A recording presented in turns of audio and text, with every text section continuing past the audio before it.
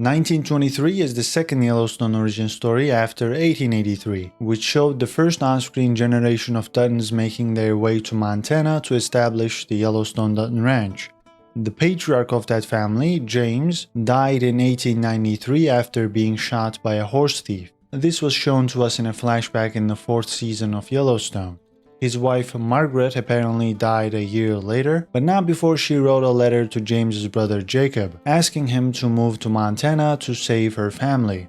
Jacob obliged, but he was too late to save Margaret. He found her frozen in a snowdrift, and her 2 sons barely made it out alive. Jacob and his wife Kara raised these 2 children as their own. All of this information is revealed to us by James and Margaret's firstborn, Elsa, who died all the way back in 1883 toward the end of the family's journey to Montana. In her voiceover, Elsa talks about how violence has always haunted the Duttons, from the Scottish Highlands to all the way out here to Montana. And this point is made right after we watch Kara kill an injured man who was about to kill her. We lack context for this sequence because it is an event from a future episode. And even when violence doesn't haunt Elsa's family, they seek it. That is the case for her younger brother Spencer, who she never met because he was born after the journey to Montana. We met Spencer in a Yellowstone flashback taking place in 1893. This was Spencer then, and this is him now. He's a hunter whose apathy is rooted in his scarring experience during World War I. Spencer is similar to his father James in that regard because James was a Civil War veteran who also had bad memories of warfare. He never talked about it. Elsa goes on to mention that only one of James's children lived to see their own children grow up, and that lucky fella is John. This was him in 1883, skip 10 years and he's all grown up, and in 1923 he's running the ranch with his uncle Jacob. John is married to Emma, and they have a son named Jack, who is also involved in the family business. Elsa concludes her introduction by saying that Jacob made the ranch into an empire, and then the empire crumbled. That is when 1923 kicks off. Jacob is in Bozeman to attend a town hall meeting with John and Sheriff William McDowell. We soon learn that a cattle rancher has killed some sheep grazing on land that was leased to him, and so the leader of the sheep herders doesn't want this to go unanswered. But why is Jacob conducting this meeting? Well, he's the head of the Montana Livestock Association, whose purview is obviously livestock. Coming back to Banner, he is Scottish and he uses an Irish slur to insult the cattle rancher that shot the sheep. Banner thinks there should be consequences, but Jacob is largely indifferent because he points out the fact that the sheep have ruined the grass, and so the cattle rancher's animals will die too. It's not going to be from a bullet, but from starvation because there's no grass anymore. Jacob decides there won't be any more grazing on the valley until it rains. So far it's been a dry summer. He tells Banner he should have leased more land for grazing, and when Banner points out that Jacob has a whole mountain range to himself while everyone else fights for every blade of grass down here, Jacob responds by saying, quote, "I have what my family fought for. You wanna fight me for it too? I didn't think so." End quote. Banner wants to continue this heated discussion outside because going up the mountains isn't a realistic solution for him. Bears would just eat his animals, and he makes a big mistake by grabbing Jacob. So John holds Banner and Jacob holds a gun to Banner's throat. The sheriff gets there just in time and warns Banner that Jacob is an agent of the state. So Banner should be careful going forward if he doesn't want to spend a month in jail. Jacob leaves after saying that stealing a man's grass is like stealing his steers, and he warns Banner that if he grazes another man's lease again, he will have Banner's whole flock. Banner makes fun of the term stealing grass. He is sort of in disbelief. He says man doesn't own the grass, the mountains do, and God does. Quote, "And you're no God, Jacob Dutton. You're no God." End quote. Jacob then attends the Livestock Association meeting where we learn about all of the challenges they're facing. Firstly, there's drought, and that problem is made worse by locusts. They destroy the grass and livestock cannot get fed. Secondly, prices are going down because men have returned from the war and their families are now mostly eating their own beef. They don't need to buy it. Jacob's plan is to push all the herds together, take them up the mountains, and protect them from wolves and bears until the fall. That will require the help of a lot of cowboys, but the alternative is worse. There's no grass down here, and the livestock would just die of starvation. So the Dutton land up in the mountains will be able to feed the herd. There is one problem with that. Before the Duttons and other ranchers embark on this 2-week-long journey, Banner and his fellow sheepherders cross into the Dutton land by cutting the fence wires. The Duttons and all the other ranchers start to drive, and Jack discovers the sheep, so a herder takes aim and shoots at him. That is the main plot line of the premiere, and it was able to pique my interest because not only are the Duttons fighting rough natural conditions, but they're also up against desperate people who think that these conditions permit them to circumvent rules that are there for a reason. You can certainly sympathize with the plight of Banner and herders like him, but that doesn't give him the right to prioritize his own livestock over others who've actually paid money to lease land. Those rules are there for a reason, and because Banner broke them, a range war is about to kick off. His shenanigans will not end well for him because he's playing games with other people's livelihoods. Time to rewind a little bit and talk about Jack's personal life. He is supposed to get married in less than a week, but the ride up the mountain means he won't be back in time. When his fiancée Elizabeth finds out that the wedding is getting delayed because the cattle drive cannot wait, she tells him to go and do the deed with a cow up in the mountains. Kara knew that Jack wouldn't be able to handle this situation, so she arrives soon afterward to patch things up, and she explains to Elizabeth how things work around here. Elizabeth's father Bob owns the neighboring Strafford's ranch, but she's been away from home for a while to study. Kara says that if Elizabeth truly wants to spend her life with Jack, she's gonna have to get used to stuff like this because it's just the beginning. The herd always comes first. This way of life isn't easy, but the plus side is the freedom it brings, the kind that most people don't even know about. Elizabeth says that Jack makes her dizzy when she's with him, and she can't breathe without him, so she will learn this life and embrace it to be with him. Kara brings Elizabeth back to Jack, and as they kiss, Bob watches from afar with Jacob. In the meantime, Jack's uncle, Spencer, is busy in Africa. He starts off by tracking down and killing a specific lion. He then travels by train to Nairobi, Kenya, to kill a leopard that is causing some trouble at a campsite. There's a flashback in here showing Spencer during the Great War. His leg is broken and he can't retreat with his fellow soldiers. We see him kill a whole lot of enemies, and he eventually wakes up on the train and pulls a gun on a porter, which is a reaction caused by his nightmare. Spencer and his 2 fellow hunters arrive at the camp. These 2 serve as bait while Spencer waits outside the tent with his rifle. However, we soon find out that there are actually 2 leopards, and one of them eats a British woman Spencer met earlier in the day. Spencer shoots the leopard, but he is not able to save her. He relaxes for a second thinking that the job is done, but no, his friends shout that there's a second one, and that one jumps at Spencer. We don't see what happens to him, but I'm guessing he survives. For me, this was the most enjoyable part of the premiere. Spencer's PTSD has made him so obviously disillusioned that he can't go back home.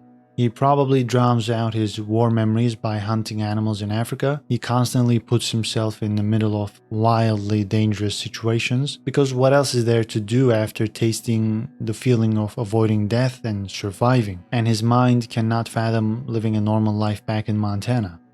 Kara keeps writing letters to him from time to time, wondering why he's not coming back, and she assumes that it's because Spencer's seeking the part of himself that he lost during the war. We also pay a visit to a government boarding school for Indians. Missionaries were sent to reservations to set up these sorts of schools to assimilate Native Americans into society, and you know how these things go. Abuse, violence, the whole shebang. It's horrible, and we watch this through Tiana Rainwater's perspective. She is presumably an ancestor of Thomas from Yellowstone. Sister Mary keeps hitting Tiana's hands until she has enough and strikes back. She beats the living crap out of Sister Mary, and they're both taken to the headmaster's room. Father Renaud lashes out and punishes Sister Mary for her lack of compassion. He then turns his attention to Tiana and starts whipping her. He says he has compassion, but no mercy. We see the damage when the students take a bath. Tiana is badly injured. Tiana and Sister Mary agree that they should try to avoid going to Father Renaud's room from now on. And as Tiana speaks to her friend that night, she figures that all of their friends and family that have left this school must not have survived because they didn't write letters to Tiana even though they promised to. She doesn't think they made it out, and she's not sure she will be able to. Let's begin our episode 2 discussion in Africa, where Spencer tries to fend off a leopard attack, which came as a surprise for him because he had already killed the only one he thought was present at the camp. So he stabs the second leopard after it jumps at him. He then tries to shoot it, but it is gone. It's not gone too far away though, because it latches on to one of Spencer's guides. The other guide and Spencer eventually kill the leopard, but the guide that got attacked suffers deadly injuries. Afterwards, Spencer finds a doctor to take care of his wounds as he doesn't want to deal with gangrene. He's angry at the camp's leader Richard Holland for not informing him about the existence of another leopard, and he notes that Holland did not say he was sorry. Spencer fires off a bullet close to Holland's head, and he forces him to apologize at gunpoint. Spencer goes back to Nairobi in the morning. In fact, that's why he doesn't do anything to Holland. He needs a ride. And at a hotel bar in Nairobi, a British lady by the name of Alexandra flirts with Spencer. Apparently, she and her friends wondered if Spencer was in fact the famous hunter they all heard about, and she was the only one bold enough to approach him.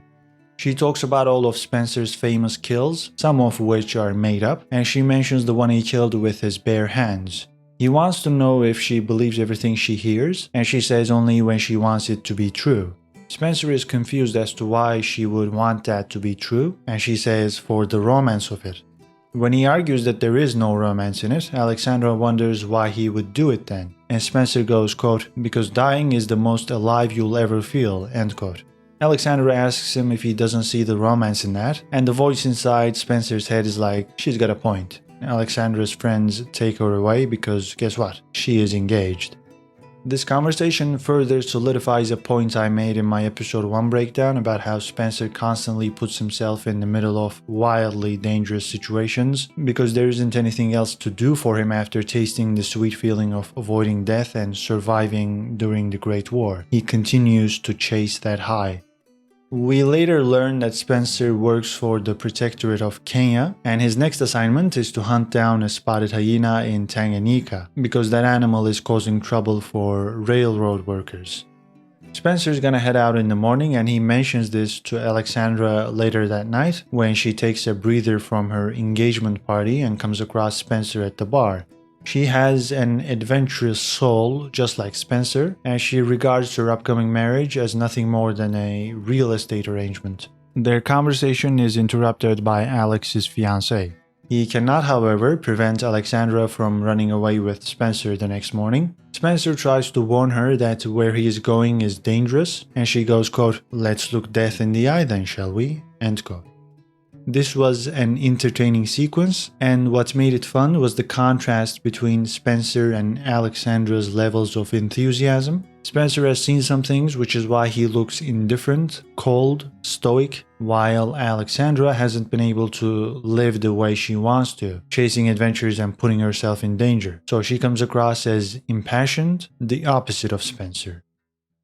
Meanwhile, in Montana, Spencer's nephew, Jack, is fine after a bunch of sheep herders shot at him at the end of episode 1.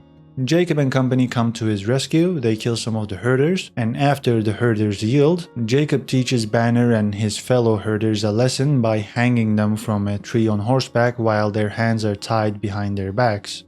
Jacob talks about why he did this later on, saying that if you give a man enough time, he'll figure out his way out of anything, so he thinks some of them will make it. In fact, he hopes they do.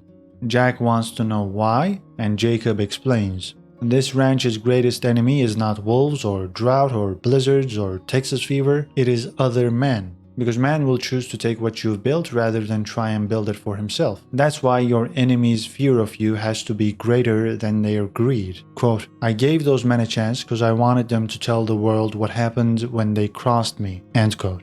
So, do any of them make it out alive? Well, it won't surprise you to hear that Banner does. He gets a knife from another horse's saddlebag and cuts himself loose at night. But something tells me Banner has not learned his lesson, and he's gonna double down and seek revenge on the Duttons. Jacob and all the other ranchers move the herd further south, close to the park, where there's a suitable location with a spring feeding into a lake, so that's where the herd will stay. 3 cowboys will stay with them for now, while everyone else goes back home. In the meantime, the foreman of the ranch, Zane, carries out a task given to him by Jacob. Zane delivers all the sheep they got from the herders to the nearby Indian reservation, and they give Zane a gift for Jacob and tell Zane to thank Jacob because they needed this. Jacob kills 2 birds with 1 stone here. He helps the people at the res by giving them food and clothing material, while at the same time punishing the trespassing herders by taking their sheep to a place from where they can't be recovered. There's also a funny scene back at the ranch with Emma and Kara. Emma had always hoped that her son Jack's recklessness would be suppressed by his wife. Quote, "I was hoping his wife would take some of the fire out of the next generation." End quote. But after spending a few days with Elizabeth, Emma realizes that Elizabeth is gonna have the opposite effect. And Kara goes, quote, "It seems your son is marrying gasoline, my dear, and the fire will only get bigger." End quote. At the boarding school in North Dakota, Tiana is punished by Sister Mary for speaking her native language. The tension builds up throughout the day and they fight yet again. And as punishment, Tiana is thrown into a solitary confinement box outside the school, as Father Renaud cautions her not to use that language anymore. It goes from bad to worse for Tiana when she eventually gets out of the box. At first it looks like Sister Alice wants to help Tiana bathe, but it turns out she's got an ulterior motive. She enjoys doing it, if you know what I mean. And as if that wasn't enough, Sister Mary shows up and beats Tiana again, promising to kill whatever's left of her original identity if she ever attacks her again. We find out that Tiana is originally from Montana, where her grandmother Isashi is trying to get her back home, which is a complicated task because she has to adopt Tiana to accomplish her goal. Tiana's mother has passed away and her father works the reservation herd, so he's away from home, which is why the government was able to take Tiana away. If Isashi adopts Tiana, she'll be able to come back home because there's a Baptist day school only a quarter mile from Isashi's house. But first Isashi has to go in front of a judge in Crow Agency, which is the governmental headquarters of the Crow. It's one of those census-designated places. To kick off the 3rd episode, the Dutton men race back to the ranch to their families, and Kara is relieved to see Jacob because she had a bad feeling about this trip. Jacob confirms that something has indeed went down. In fact, they'll have to head into town the next day to inform the sheriff about it. The Duttons and their cowboys do that. They go to Bozeman, and Sheriff McDowell tells Jacob that he can't be hanging people out in the woods anymore. Jacob argues that bringing them here wouldn't have made a difference because a mob would have lynched and hanged them anyway. McDowell doesn't want a range war between cattle ranchers and sheep herders. He's busy enough dealing with cattle thieves out of Wyoming, but Jacob insists that the range war has already begun. Banner and his men ran their sheep on his ground and attacked them first, so he urges McDowell to get some deputies up to the mountains and keep the herders on their own land. Quote, "Or I'll do it, and you've seen how I do it." End quote. Jacob gets back to his family after chatting with a fellow rancher he hasn't seen in a while, and it's too late to travel back to the ranch now, so Jacob has already booked rooms at Hotel Bozeman to spend the night in town. Earlier in the day, we saw Kara and all the other Duttons going around in town. They talked to a salesman about new appliances like the washing machine and the refrigerator, and if they wanted, they could get electricity to the ranch, but they would have to rent these appliances, so for now it is a pass. At night, Jack and Elizabeth find a speakeasy and have some fun before going back to the hotel, where Elizabeth tells Jack she's worth the wait. But then she changes her mind and they do the deed. In the morning, as Jacob shaves, Kara goes on a rant about how razor companies are the representation of what's wrong with the humankind. Their greed has led them to come up with products for women, so now they shave their legs and under their arms, all of which she finds unnecessary. Jacob says it is a joy to listen to her babble on about utter nonsense. And before they head out, Kara catches Jacob looking himself in the mirror, and he wonders just when he's gotten this old. He has been so busy living his difficult life and surviving that he hasn't taken a moment to stop and think about that. Jacob tells all the cowboys to ride in front and the Dutton men will stay with the wagon. We know there's trouble coming at this point because a stranger spotted the Duttons in town on their first day and he got on his horse to inform Banner, who by this point had found his way home after cutting the noose in episode 2. Unsurprisingly, the Duttons are ambushed. Gunfire starts coming in from the tree line. Elizabeth is shot in the lower chest area, and Jack gets hit close to his shoulder, while Bob, Elizabeth's father, seems to be the first casualty. Everyone is able to get out of the wagon and take cover behind the trunk of a fallen tree, but Elizabeth is still on the wagon and it's on the move because the horses are spooked. So Jack goes after her and gets her, and they hide behind this big rock. Banner's men eventually come out and try to hunt them down, but the Duttons hold their own. That is until Banner flanks them from behind with what looks like a Tommy gun. Jacob tells Kara and Emma to run, and they do towards Jack and Elizabeth. Banner says he's a man of his word and starts spraying, managing to land quite a few bullets on Jacob and John. The Yellowstone cowboys make their way back to the wagon after hearing the gunshots, but they arrive just as Banner starts shooting and Kara and Emma are running toward the rock. So everyone except Bob, John and Jacob are saved by the cowboys. Some sheep herders are killed and others run away, including Banner. Kara goes back to the fallen tree to find John dead and Jacob badly injured. She then sees one of Banner's men, he is injured and she goes after him. They both have to reload and Kara is quicker so she kills him. And this was the opening scene of the premiere. During that opening, Elsa's voiceover said that violence has always followed this family, and this was yet another example. The Duttons arrive back at the ranch with John and Bob dead, Jacob badly injured, Elizabeth needing urgent medical attention, and Jack with a relatively mild wound. Jacob knows that there's no coming back from this for him, so his sole focus is on keeping his family and this ranch safe, or as safe as possible. He orders Zane not to contact the sheriff because that would announce Jacob's death to the world, and in turn everyone would come after the ranch, including banks, miners, and thieves. Because of his situation and because John is dead, Jacob tells Kara that it's time for Spencer to come home now, and as a doctor and nurses rush into the house, Kara steps out and writes another letter to Spencer, quote, "Spencer, your brother has been killed. By the time you receive this letter, I suppose your uncle has been killed as well. Your nephew has been wounded.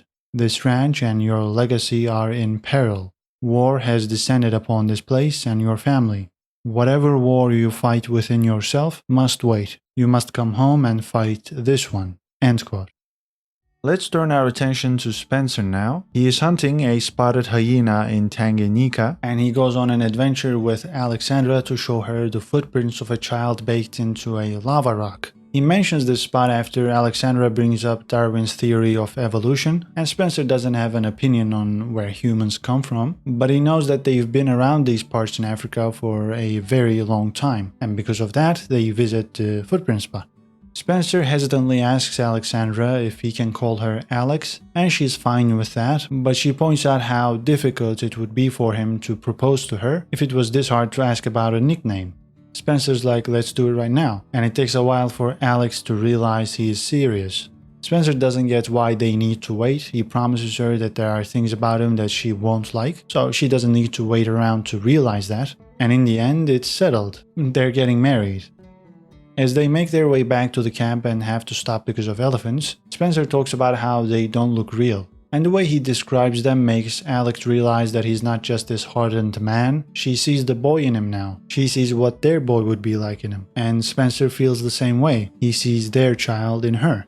But this moment they're sharing is interrupted by an elephant that attacks and flips their car. He eventually has to shoot it and they don't have enough time to hike back to the camp, so they climb up a tree, which isn't high enough, so as lions and hyenas surround the dead elephant at night, Spencer and Alex are eventually noticed. And as they get attacked, Spencer has to shoot some of them as Alex freaks out. Even though Spencer is good, this is a numbers game and they're eventually gonna get eaten, which is why they're happy to see some cars from the camp riding toward them and rescuing them. On the way back, Alex admits that she didn't feel alive when she looked death in the eye, which was her goal, that was the point of this adventure, but all she felt was horror, and she never wants to feel that way again. For a long time, that was the only way Spencer could feel. That's how much the war scarred him. But that changed after he met Alex. He doesn't need to put himself in these dangerous situations anymore just to feel something. He feels love whenever he looks at Alex. So they agree that Spencer should put this life behind him now, which is definitely convenient and will allow him to travel back to Montana. But he's not going back to a calm and peaceful land that will give him and Alex a safe spot in this world. No, he's going back to war, and he's going to war with men, which is different from hunting down these dangerous animals. For the most part, he has a playbook in Africa. He can follow that, and his abilities bring him success. He understands how different animals live and hunt and stalk and prey and ambush, but with men it's different, more unpredictable, and the horror he and Alex feel could be a lot more intense back in Montana. As Elsa says, violence follows the Duttons wherever they go, and Alex will come to understand that sooner rather than later. We begin this one in the aftermath of Banner's attack and find out that Jacob has survived the assassination attempt thanks to Dr. Miller's timely arrival at the ranch. And Jacob is not completely out of the woods yet, but there's hope for him. Jack and Elizabeth are fine too. In fact, Elizabeth's mother Beverly tries to get her daughter to leave Montana and go back east to a hospital, but Elizabeth doesn't like that idea because she's still thinking about her wedding. Beverly says that the wedding is no more and that it got killed the moment Elizabeth's father Bob got killed. Beverly then turns to Jack and says, quote, "If you still wish to have her hand, I suggest you pack your things. Any reason I had for living in this godless place is dead," end quote. Jack responds in a hilarious fashion, quote, "No disrespect, Mrs. Strafford, but I ain't marrying you," end quote. And here Beverly slaps him for his poor manners. Kara in turn slaps Beverly, telling her that she'll be the one disciplining her nephew, and Beverly is shown the door. Kara allows Elizabeth to make her own choice, and she does not hesitate for a single second. She wants to stay here and be with Jack. Meanwhile, Zane is going to the post office to send Kara's letter to Spencer, and Zane himself would have preferred a wire because this letter won't reach Spencer for months. But this is what Jacob wanted. He didn't want the world to know that they were weak, because then everybody would come after them. That is why they're trying to keep this under wraps, and they're using the much slower method of sending a letter. But here is the twist. The letter reaches Spencer by the end of this episode because we learned that his storyline is approximately 3 months in the future compared to the ongoings in Montana. Alex and Spencer are at an isolated beach when Alex finds Spencer's letters, and apparently he hasn't read any of them. That's because missing home and dreaming has killed a lot of soldiers. If you wanna eat a bullet in a battle, you start wishing for a letter. So he never read any of Kara's letters during the war, and afterward he felt guilty for not doing so, which is why he's been ignoring the letters and his family. Alex says she's a very jealous lover, and she won't share Spencer with his demons, so they face them and chase them away together by reading every single letter. Alex gets to know Spencer's family, and Spencer catches up with what his family has been up to. Alex continues to read the letters as Spencer falls asleep, but she wakes him up after she reads the last one, the one we saw Kara writing at the end of episode 3. The letter calls for Spencer to come back home because his brother John is dead and his uncle Jacob might be too. Spencer is distraught and wants to know when the letter was written, and as we've already established, it was 3 months ago. Back in Montana, Emma starts digging her husband's grave and some cowboys help her out, while Banner finds out that only 2 of his fellow sheepherders have made it out alive, so he's gonna need to find some manpower elsewhere, which takes him to the mansion of Donald Whitfield. Banner says that Jacob and John are dead, and soon he'll be able to take over the ranch. When he does, he will lease Donald the mineral rights, so Banner will have a massive area for his sheep, while Donald has the mountains for himself. He's gonna make a fortune from gold, silver, and coal mining. It's a win-win situation. However, Donald is a savvy man, and he knows he's got the upper hand in this negotiation. Banner doesn't have the means to conquer the ranch without Donald's help, so Donald will provide the means, and in exchange, the lease for the mineral rights will be considered already paid.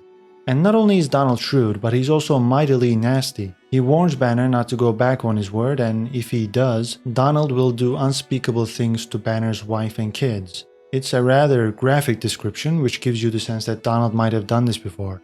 They shake on it and Donald starts funding Banner. Banner quickly puts his new funds to good use by hiring some men, and they go after the Duttons and other families' cattle up in the mountains. They kill the cowboys protecting them, and they start riding toward Wyoming. They'll put them on a train and sell them at their destination far away from Montana. Zane delivers this news to Kara, and he wants to go after the thieves before they get to the train. Jack likes that idea and says, either we take this fight to them, or the fight is coming to us. Kara, in the meantime, regards this plan as rash, and she needs a moment to think. She goes inside and starts praying next to Jacob. She asks for direction, which is when Jacob wakes up and tells her, "You be the leader." Jacob is in agreement with his wife. He doesn't think they can afford to fight until Spencer arrives, so Jacob wants to let the stolen cattle go. But the good news is only half of the Dutton herd was at that location, which means they've still got the other half.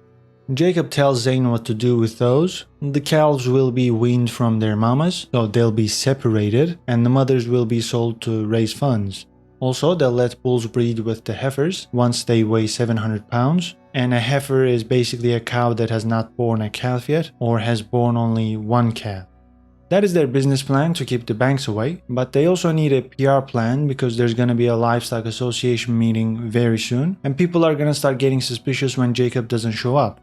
He tells Kara to go to the meeting in his stead and tell them that he's in Wyoming chasing the cattle thieves. And Kara does show up to the meeting in Bozeman, but she improvises a little bit. She says that the thieves killed Bob Strafford, and she doesn't talk about what happened to John or Jacob, but mentioning Bob's passing is enough to get people to pay attention. She argues that their response must be forceful but also lawful, because one mob begets another. And this is where the improvisation part comes into play. She says it's high time that this association had the authority to make arrests and have jurisdiction over the entire state, the power to issue warrants, and to prosecute offenders of lease violations. The governor has apparently been made aware of this request, and now Kara asks the association for a vote in favor of the creation of the police force. Nobody bites at first, because Kara can't call a vote, but she shows the sheriff that her authority has been written and signed by the commissioner himself, Jacob. The signature is fake, but the sheriff buys it, so they have their vote, and the ayes have it. Membership dues will increase $27 per year, and the police force will be in place after the governor gives them the go-ahead.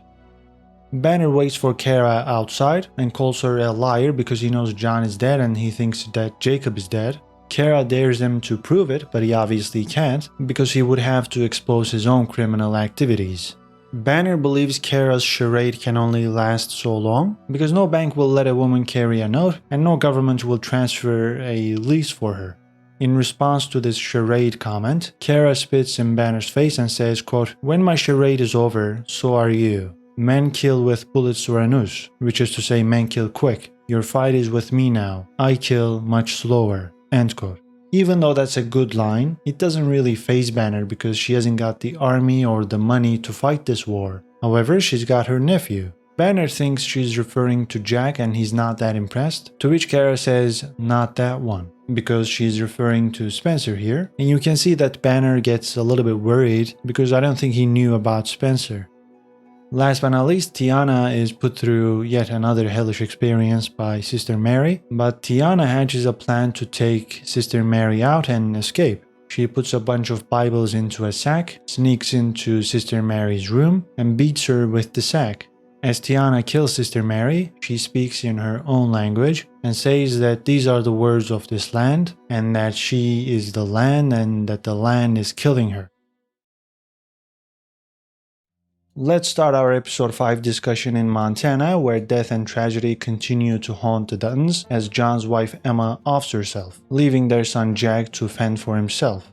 Kara is still waiting to hear from Spencer, while Jacob is slowly starting to get better. He can walk with some assistance, and he can eat some solid foods, though his recovery will still take quite a bit of time.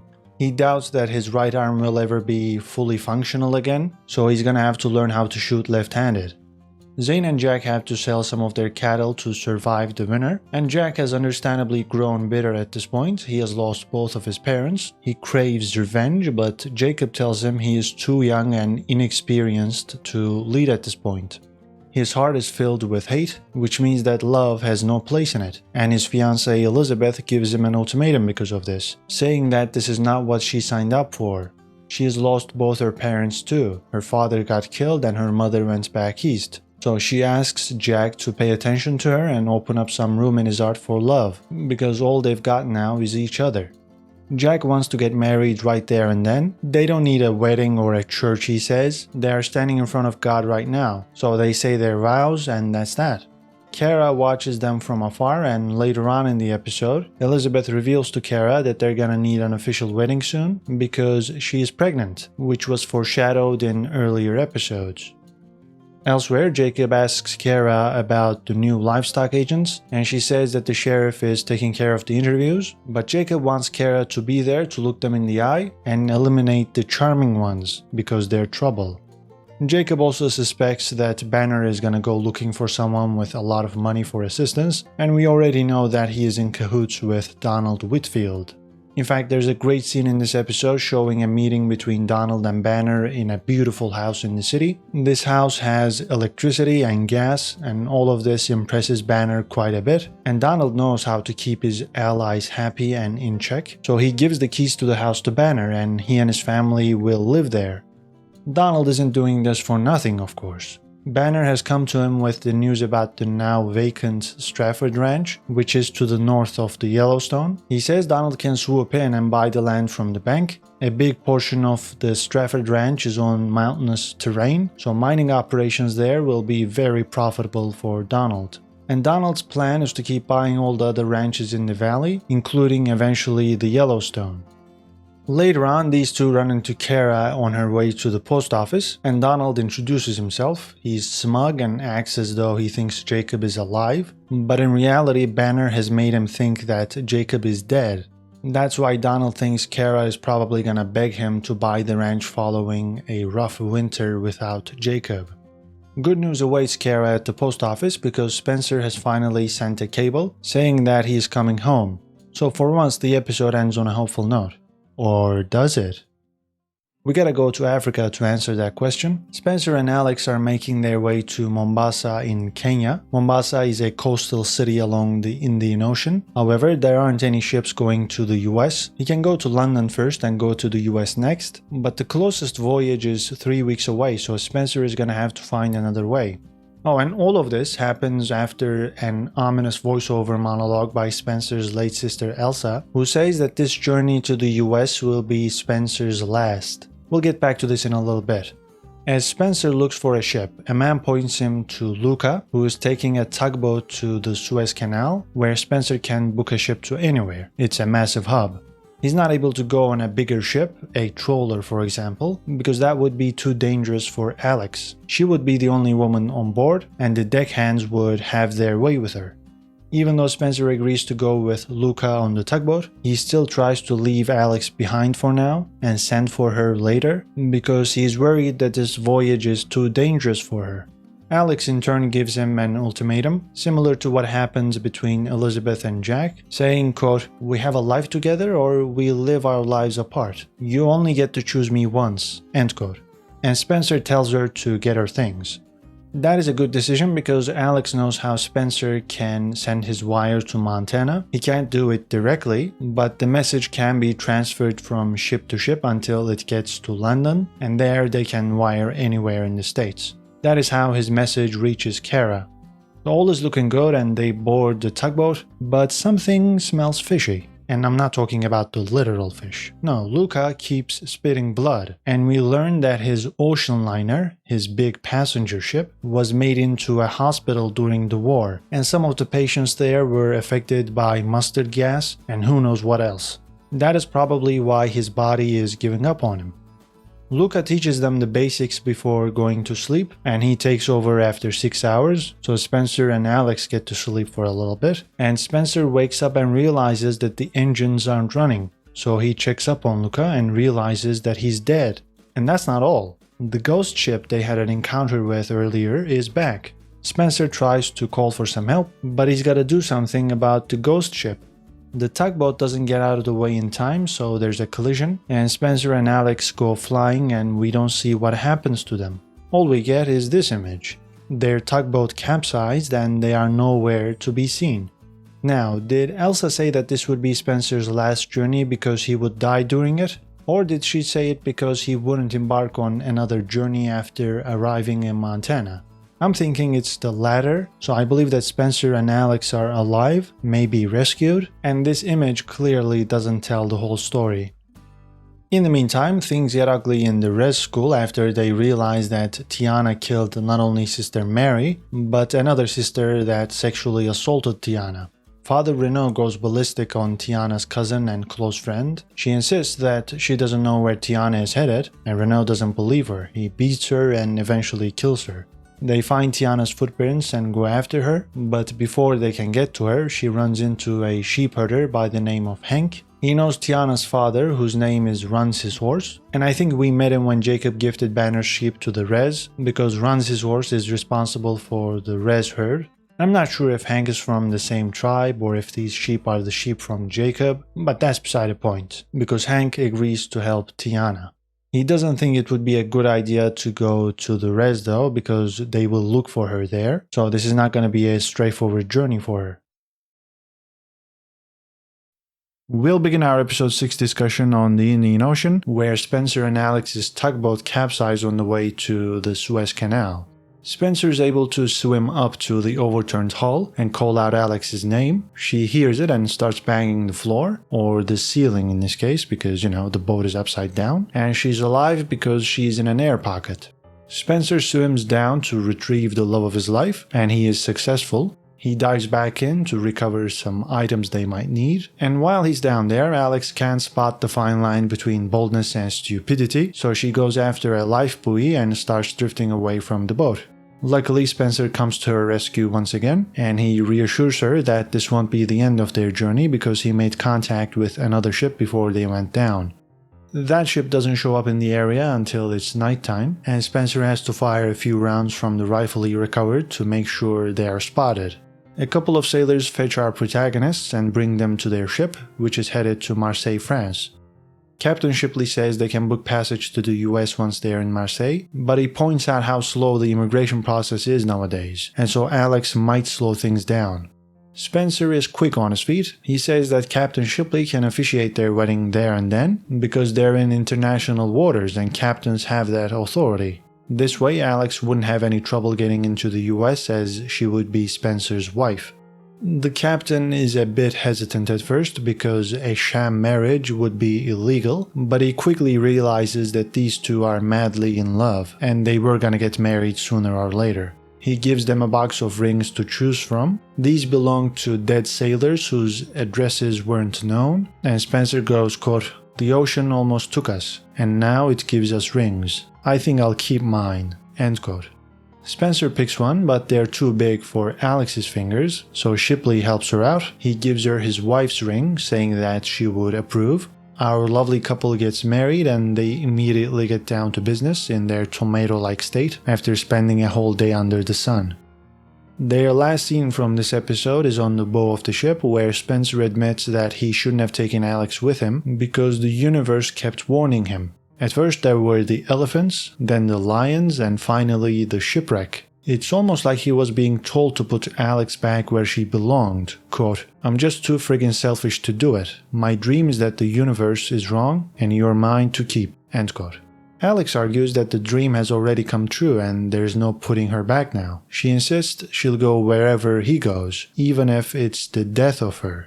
This series has had a lot of pieces of ominous dialogue, and this is one of the scarier ones because following Spencer around could really lead to Alex's demise. That would be believable, and I think Spencer is right. It's like they're not meant to be together, but their incredibly strong emotional bond allows them to override everything else and just be together. I think one of the most dishonest excuses people have when they want to break up with someone or when they don't want to be with someone is, the timing isn't right. Or maybe it could have worked out under different circumstances. I've used those excuses myself, and 99% of the time they are bullcrap. Wanting to be with someone is quite often a binary choice. You either do or don't want to. And when you do, you are ready to overcome any difficulty and ignore whatever obstacle you come across. That is exactly what Alex and Spencer are doing, which is what makes their bond so honest, pure, and special. Meanwhile, things are calmer in Montana, where Zane is tasked with finding people willing to join the posse that will go after Banner, while Kara and Sheriff McDowell interview candidates for the recently formed law enforcement wing of the Montana Livestock Association. One of the candidates is rude toward Kara, and he is smacked out of the room, literally. Another one named Clyde gets the job immediately because he has law enforcement experience in Chicago and he is charming. He aces the interview. That is why Kara was about to say that she and McDowell would discuss Clyde's prospects, but McDowell stepped in and offered the job right away. Jacob had warned Kara to be wary of the charming ones, which is why going forward we should keep a close eye on Clyde. All in all, they've hired 3 men so far. They need 20 of them, so there clearly aren't a lot of great applicants. And Kara, knowing that this process is gonna take too much time that the Duttons don't have, decides to tell McDowell what really happened when they were attacked. They previously hid the fact that Banner was the one who organized this attack and that Jacob was badly injured. They did this in order to conceal their weak state and to keep the banks and the thieves away. But people are probably starting to think that Jacob must be dead because he hasn't been seen in public for such a long time. That's why Kara feels like she needs to get the sheriff involved. This leads to a quarrel between Jacob and Kara. They were already in disagreement about gathering up a posse to go after Banner. Kara wanted Jacob to stand back and let the livestock agents handle this matter. Jacob contends that his goal is not vengeance, but survival. He points to the explosions up north, near the Strafford Ranch where Donald Whitfield's men are starting their mining operations, and with ranches to the north and south of Yellowstone now in Donald's control, Jacob knows they're next, which is why he feels the need to take matters into his own hands. This is when Sheriff McDowell and his men arrive. McDowell's angry that Jacob didn't report what went on with Banner's ambush, even after Jacob was in the clear, and the sheriff asserts that he won't allow a range war in Montana, so his deputies will take everybody's statements and arrest Banner the next morning. The sheriff leaves and Jacob gives Kara the cold shoulder, which she can't believe after all she's done. Jacob goes to the barn, gets on a saddle, and rides off on his own. He comes back at night to find Kara sitting on the porch, and he continues to claim that he's not after vengeance like she claims. He wants to preserve the land and prevent it from becoming just another city. He argues that Banner is simply a means to an end. He is being used in order to weaken the area, which would allow developers like Donald to swoop in and capitalize. Jacob admits that he knows how much Kara has suffered and sacrificed, and he says that it's Banner's turn to suffer now. As for Tiana, Hank gives her his son's clothes and she's gonna pretend to be a boy named Joe. When Hank's son comes back with the rest of the flock, Hank will send him to Tiana's father to explain the situation. So that is in the books, and they burn everything from the school except the Bibles because Hank fears the Christian God's wrath, so they don't burn them, they bury those. Just when we think it's a relatively chill week for this portion of the story, with no abuse, beatings, or deaths, an officer searching Tiana's grandmother's house pushes her as she tries to stop him. She hits her head and dies. This officer convinces his partner, who was outside, to back his version of the story, which is one of self-defense. The penultimate episode of the season features Tiana's father runs his horse finding Isashi's body. It is not clear if Isashi was his mother or if she was his mother-in-law, but that's beside the point. He figures lawmen must have killed her because of the tracks outside. Thieves usually don't shoe their horses, and lawmen do, which means the government must have been responsible for this. This is when Hank's son Pete enters the frame with the news about Tiana's escape, and runs his horse tells Pete to go back using a different route to avoid detection. He will catch up to Pete once he buries Isashi and picks up his stuff. Later that day, priests from Tiana's school run into Pete and forcefully detain him when he refuses to cooperate. They plan to take him to the school, so a priest stays with him while the other two go after the sheepherd's tracks, because Pete mentioned that that's what he was doing out there, herding sheep. Things get heated between the priest and Pete as the priest keeps scorning the natives, while Pete responds by slighting the priest's beliefs. The priest can't take it anymore and he's about to kill Pete, but that's when Runs His Horse shows up and scalps the priest. We saw him earlier finding Pete's horse and he tracked him here to save the day. He kills the priest and eats his quote-unquote soul, which I assume refers to his heart. Before runs his horse and Pete can get to Tiana and Hank, the other two priests find Tiana and go after her. Hank is unseen and he's able to shoot them both. Thinking that both priests are dead, Hank puts his rifle down to carry the injured Tiana, but it turns out one of the priests lives. He picks up Hank's rifle and shoots him. He gets closer to Tiana to shoot her next. He takes a shell from Hank's body to reload, but Tiana smashes his head in with a big rock and survives. Hank, on the other hand, doesn't appear to be as lucky. This was the most consequential and exciting part of the episode, and I was sad to see Hank die, similar to how I felt when Luca passed away on his tugboat. Neither of them were majorly important characters, but they helped Tiana and Spencer when they were both in dire straits. And luckily Tiana's father is on his way to her, so hopefully she'll be okay, though psychologically I doubt she'll ever get over this much suffering. In the meantime, Banner gets arrested outside his new house given to him by Donald, and the mischievous sheepherder learns that Jacob has survived the ambush. Jacob, Jack, and their men accompany the sheriff and his deputies as they make the arrest, after which Banner tells Jack that he was lucky to survive 2 different attacks, but he will not be as lucky a 3rd time. Sheriff McDowell figures that's a confession. And that's gotta be that, right? Banner will be put away for good by the justice system. No, not so fast. Clyde, who was recently hired as a livestock agent, informs Donald, who is outside one of his mines, that Banner just got arrested. Donald thinks arresting Banner was a mistake. They should have killed him if they wanted to get rid of him, because Donald has the means to get him freed. He gets in touch with his lawyer, Chadwick Benton, who visits Banner in jail and tells him to not say anything until his arraignment the next day.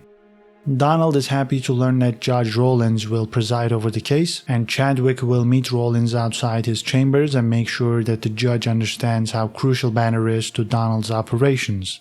Rollins will set bail even though this is a murder case, and Banner will get out, at least temporarily. Banner also asks Chadwick to take care of the 2 prostitutes who were at his house when he got arrested, and Donald wants to handle this matter himself. We soon learn why as Donald reveals his deviant side. He's a sadistic frick, so he enjoys watching one of the hookers spank the other one with a belt.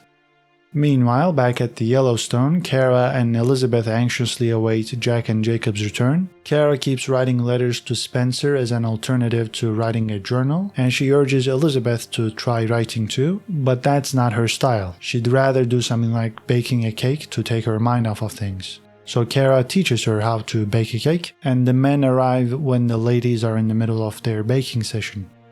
Later on, as they're enjoying some drinks and cake at the dinner table, Jack is reading the newspaper and this starts a political conversation between him and his uncle Jacob. They find out about a new commission being formed in Washington to regulate mining, and this will be headed by the bosses of mining companies like Donald. And Jacob goes, quote, "That should tell you all you need to know about politics, son," end quote. Jack points out that Jacob is no different because he's a cattleman in charge of regulating cattle. He's doing the same thing Donald's doing.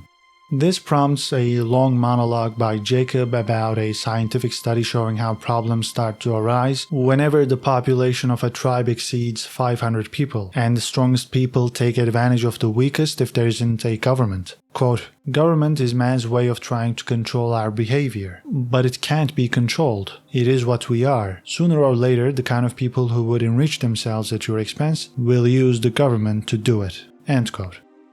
Jacob's argument as it relates to his family is this: no matter what you do, people like Donald will use government organizations to dominate others, so why shouldn't we do the same and use those organizations for our benefit? Jack asks him about right and wrong, and Jacob says there is no such thing. There's only what's good for this ranch and your family. This conversation summarizes the entire Dutton family's mindset perfectly, all the way from James Dutton in 1883 to John Dutton in the 21st century. Every single Dutton we've met prioritizes their own families and ranch's well-being over things like religion or general ideas of ethics or laws or patriotism or anything else you can think of. Those are not factored in. They're only viewed as tools to be used in their single-minded pursuit of protecting their ranch and their family. Last but not least, Spencer and Alex are dropped off in Italy and they're able to book passage to the US and they will leave in a few days. The now married couple are enjoying some of the local delights as well as each other's company when they run into the guy Alex was supposed to get married to. Things are about to get very awkward in Sicily. The season 1 finale puts Spencer and Alex in an awkward position as they board the same ship to London as Alex's ex-fiancé Arthur. At first, the plan is to stay out of sight to avoid him, however they have to go up to the deck when Alex gets seasick, and there they run into Jennifer, who's the only bridesmaid who didn't go back to London after Alex blew off the wedding. Jennifer keeps telling Alex how what she did is going to affect her standing. Alex doesn't care, she's going to the US anyway. They will book a cruise to the US as soon as they arrive in London. And Jennifer mentions that Arthur hasn't been doing too well following the embarrassing breakup, and we soon learn what she means when Alex and Spencer dine in the Grand Hall. This upsets Arthur greatly, even though his father tries to calm him down by saying that at least he avoided marrying a woman who obviously doesn't love him. Arthur Sr. convinces his son to dance with Jennifer, and this is the beginning of the end for him. The two couples end up colliding on the dancing floor, and Arthur gets even more angry when Spencer turns his back to him. Later on, Arthur challenges Spencer to a duel, and Spencer urges Arthur to let it go because it will not end well for him. Arthur Sr. tries to get his son to compose himself, but to no avail. As Spencer and Alex walk away, Arthur repeatedly calls Alex a whore, prompting Spencer to return, punch Arthur, and accept the challenge. We briefly meet the captain of the ship, Hurley, as he's notified of the duel, and it is revealed that Arthur is royalty. In fact, Arthur Sr. is the prince in succession. When it comes to fighting though, titles don't mean much, and the Earl of Sussex is defeated multiple times in an easy fashion. Nonetheless, he refuses to yield and charges at Spencer with a pistol, attempting to shoot him point blank in the head, which forces Spencer to react and throw Arthur overboard. Arthur's body is never recovered. This is when Captain Hurley arrives at the scene and Spencer is taken to the brig, as no one watching the duel wants to go against Arthur Sr.'s word. Alex insists that Arthur had a pistol in his hand, and she actually manages to convince Jennifer to tell the truth. This eventually leads to Spencer's release. He will not be charged, but Arthur Sr. gets Spencer removed from the ship. He has that authority as a prince. They haven't arrived in London yet, and we don't know exactly where Spencer is dropped off. Could be France, Spain, or Portugal. Hard to tell really. What we do know is they don't let Alex leave with him, and she'll have to find her own way to Montana from London. Both of them shout that they love each other, and Alex says she'll meet him in Bozeman. She knows about that location from Kara's letters. As we watch them get separated, Kara reads her latest letter. Quote, "Spencer, I fear everything your parents fought so hard to build is being ripped from us. You are its only hope. You are our only hope. You must hurry, Spencer. You must hurry, or there will be nothing left to fight for." End quote.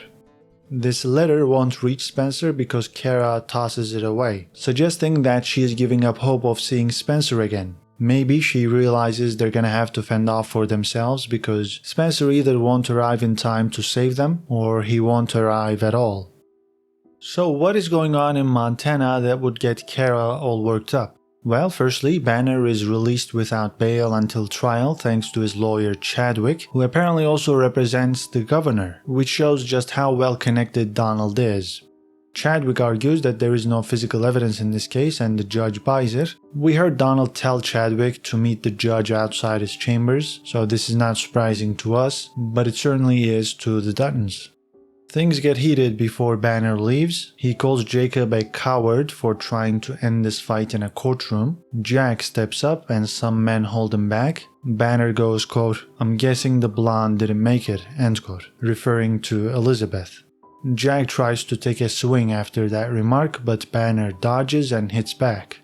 Banner reiterates his point about not ending this in a courtroom, telling Jacob that this will end on a field and that he should stop sending boys to do men's work.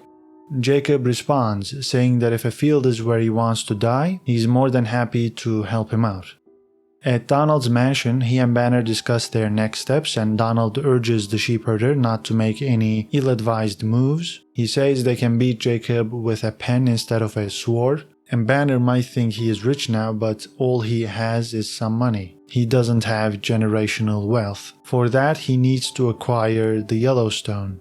How could he do that? Well, luckily Donald is helping him. He has sources everywhere, and one of those sources works at the bank Jacob deals with. Jacob goes there for a loan. He needs some money to buy more hay for his cattle to make sure they survive the winter. But the bank has been hurt by these kinds of loans before, not by Jacob, by other ranchers, which is why they've stopped giving out these types of loans altogether.